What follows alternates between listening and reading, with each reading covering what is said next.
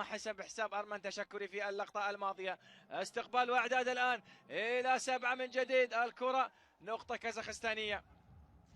اونولبيك من مركز 4، يعني اونولبيك اساسا هو الكروس، ولكن في مركز 4 يشغله في مركز 4. الان بايكان متقدم 7-6. اوستانوف في الارسال، تعود الى اونولبيك ونقطة من اونولبيك.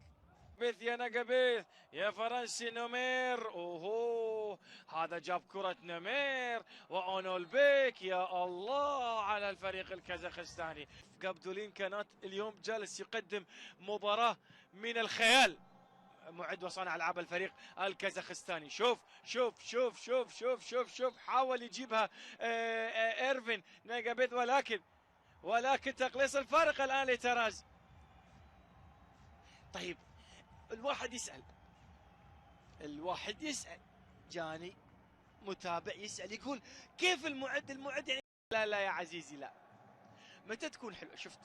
شفت انت لما تخلي الضارب سعيد معروف جالسين يعطون دروس لمعدي وصانعي العاب الفريق. نشوف الان تعود الى بوريا فايزي، التقدم ب3 نقاط، ربما التقليص الان. شوف يا الله، قابدولين جالس يأكد على كلامي. شوف شو اللي جالس يصير، جالس يتلاعب بحوائط الصد الإيرانية، الأبراج الإيرانية العالية جدا، لكن قابدولين كانت هذا اللي واضح. طلع ليش طلع؟ يبي بلوك، راح يرجع بعد النقطة هذه إذا كان هناك سايد أوت إيراني. سعيد معروف عاد الكرة ولكن بلا جدوى. وينك يا فايزي؟ وين خلاص بايكان ولا ايش؟ نمر عبد العزيز، استقبال ولا اروع. تعود نقطة من اونولبيك، واستمرار للمعد الثاني. قابدلوف مريح قابدلوف شوية، نزل عاد الى التشكيلة الاساسية. شوف اونولبيك مرة اخرى تعود. حضرة بور حاول اعادة الكرة ولكن بلا جدوى يا عزيزي المشاهد والمتابع.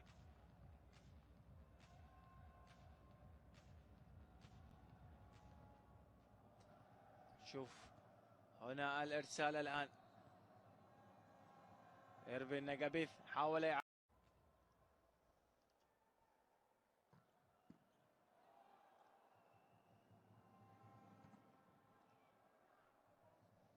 شوف الان الضربة ساحقة قوية، تقليص الفارق من جديد. اونولبيك من مركز 2 هذه المرة، لاعب رقم 7 وبكل قوة يقلص الفارق من جديد. البدايات دائما صعبة على الفريقين، التنافس قوي. هذا ما حصل في الشوط الأول وفي الشوط الثاني أيضا، ولكن في الشوط جدوى آزر الآن. بدأت الأصوات تتعالى. نشوف تعود، لا، تقليص الفارق إلى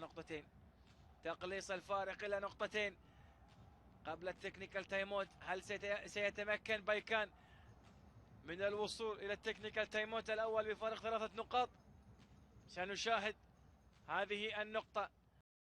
هاكيموف، وفي الإرسال اونولبيك، لا، الكابيتانو اونولبيك هو المعد او هو الكابتن، هو كابتن وقائد الفريق. استقبال خاطئ من ايرفين نقبيث، نعم خاطئ الاستقبال.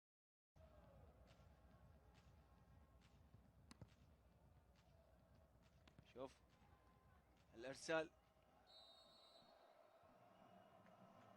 من اونولبيك، يعني ما كان قوي لكن كان الارسال اوستانوف ارسال قوي، لكن استقبال جميل من نقابيث سريعه. تعود الى تشانس بول موسوي الى بوريا فايزي. الله على بوكان الليبرو.